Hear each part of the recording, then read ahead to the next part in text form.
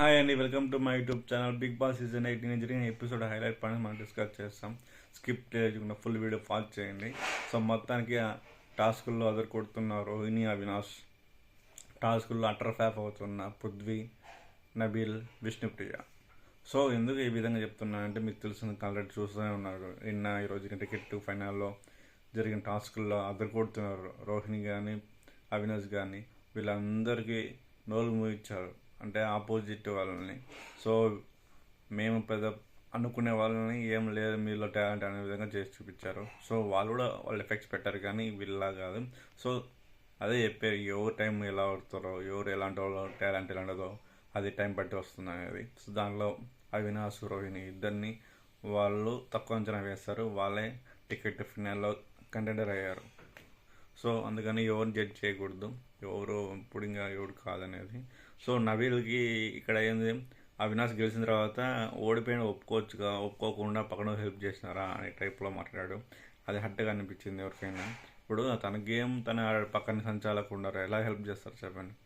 కానీ silly question అడిగి మళ్ళీ మా సిల్లిగా చెప్పి మళ్ళీ పోయి తన కంఫర్ట్ని ఎత్తుకుంటున్నారు. తప్పు లేదని సారీ ఊస్తే తమాసగా అన్నట్టుగా అనడం ఎందుకు, చూసే వాళ్ళకి అర్థమైపోయింది క్లియర్ కట్గా.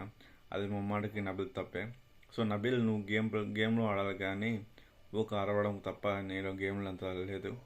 ఎప్పుడు సిలీ నామినేషన్ చేస్తావో అప్పుడు నీ ఓటింగ్ పరంగా కొలాప్స్ అయిపోయావు. ఇప్పుడు టాప్ 5 అయితే ఉంటావు, కానీ కప్పు కొట్టే ఛాన్స్ అయితే నీకు లేదు. So next Nabeel, next Prithviraj అంటే ఎవరో కొట్టాడుకోవడం, చూసుకోవడం ఏంటి, ఫిజికల్గా అయితే బాగా ఆడతారు కాబట్టి తెలివిగా ఆలోచించలేదు పృథ్వీకి. సో తెలివిపరంగా అయితే చాలా వీక్ కాబట్టి అతను గేమ్స్లో అటల్ ఫ్యాఫ్ అయిపోతాడు. పృథ్వీ ఆల్రెడీ తెలిసే కదా. సో అదే అటల్ ఫ్యాఫ్ అయిపోయాడు. అవినాష్ అయితే బాగా సూపర్ ఆడాడు, అసలు ఎక్సలెంట్గా, అంతా చక్కచక్కగా ఫాస్ట్ ఆడాడు సూపర్గా. సో చాలా హ్యాపీగా ఫీల్ అయ్యాడు కూడా. అందుకనే చెప్పే అవినాష్, రోహిణి ఇద్దరు అసలు దూసుకెళ్తున్న టాస్కుల్లో, కానీ మిగతా అందరూ తుస్సం అయిపోయారు. సో నేను జరిగిన ప్రియాంక తర్వాత తన పేరు ఇంకెవరో వచ్చారు, వీళ్ళిద్దరు వచ్చి టాస్క్ పెట్టారు. ఆల్రెడీ ప్రియాంక దగ్గర నిన్న జరిగిన న్యూస్లో అయితే హైలైట్ అయిపోతుంది తను. సో నిన్న బిగ్ బాస్లో గెలిచిన కదా 3 days బ్యాక్ వచ్చింటుంది. అంత తమ్ముడు ఏదో తిరుమలలో ఫ్రాంక్ చేసి అలా చేయడం మాట తప్పు. ఓ మనోభావాలు, దేవుళ్ళని చాలామంది భక్తులందరూ మనోభావాలు అలా చేయడం ముమ్మాటికి తప్పేది ప్రియాంక చేసే పనికి. సో అది చూసినాక నేనే ఖండించాలని అనే ఉద్దేశంతో చేస్తున్నాను.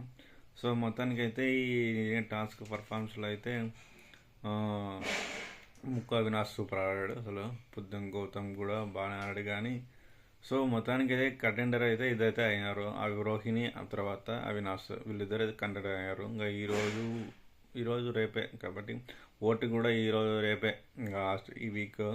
సో ఈ వీక్ డబుల్ ఎలిమినేషన్ ఉండే అవకాశాలు అయితే ఉన్నాయి. ఒకవేళ డబుల్ ఎలిమినేషన్ అవకాశాలు ఉంటే టేస్టీ తేజ, ప్రస్తుతానికి అవినాష్, పృథ్వీరాజ్ వీళ్ళ ముగ్గురులో చాలా ఓటు లిస్ట్గా ఉంది. వీళ్ళ ముగ్గురులో నుంచి ఒక డబుల్ ఎలిమినేషన్ అంటే ఇద్దరు వెళ్ళిపోతారు.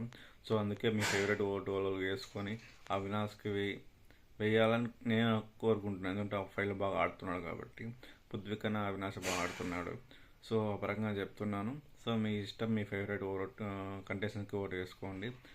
సో మొత్తానికి మనం అనుకుంది ఒకటి, అయింది ఒకటి. టాస్కుల్లో సూపర్ ఆడుతూ టాస్క్లో అనుకున్న వాళ్ళు ఎవరైతే వాళ్ళు ఫెయిల్ అయితే, సరిగా ఆడని అనుకున్న వాళ్ళు బాగా ఆడుతున్నారు. రోహిణి, అవినాష్ సూపర్ ఆడుతున్నారు మొత్తానికి అయితే టాస్క్ పర్ఫార్మెన్స్లో. సో మొత్తానికైతే ఇది ఓవరాల్ రివ్యూ. జరిగిన పాయింట్స్లో కొంచెం ఫన్నీగా, కొంచెం గేమ్స్ పరంగా ఆడారు. సో ఇది ఓవరాల్ రివ్యూ. నా వీడియో లైక్ చేయండి. Thank you for watching my video.